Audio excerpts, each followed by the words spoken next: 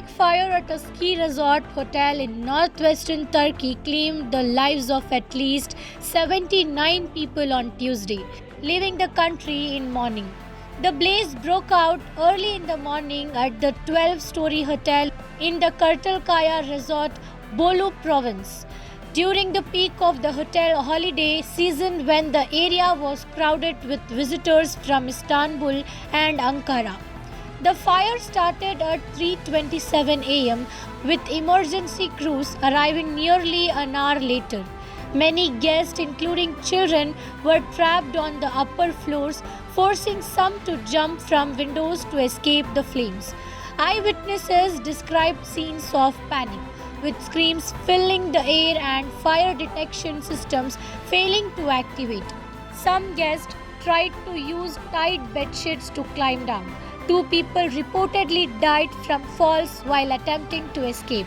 In total, 51 people were injured, with 39 discharged from hospitals by the next day.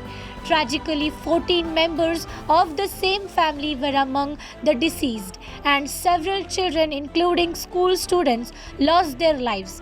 Local schools and businesses have posted death notices in memory of the victims.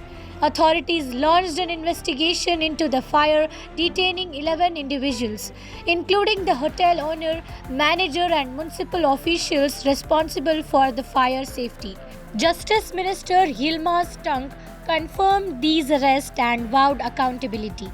Witnesses also criticized the delayed arrival of emergency services, which complicated rescue efforts.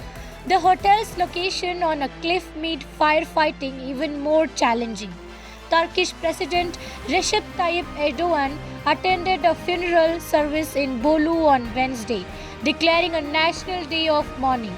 He carried the coffin of a victim and expressed condolences to grieving families, describing the incident as a profound national tragedy.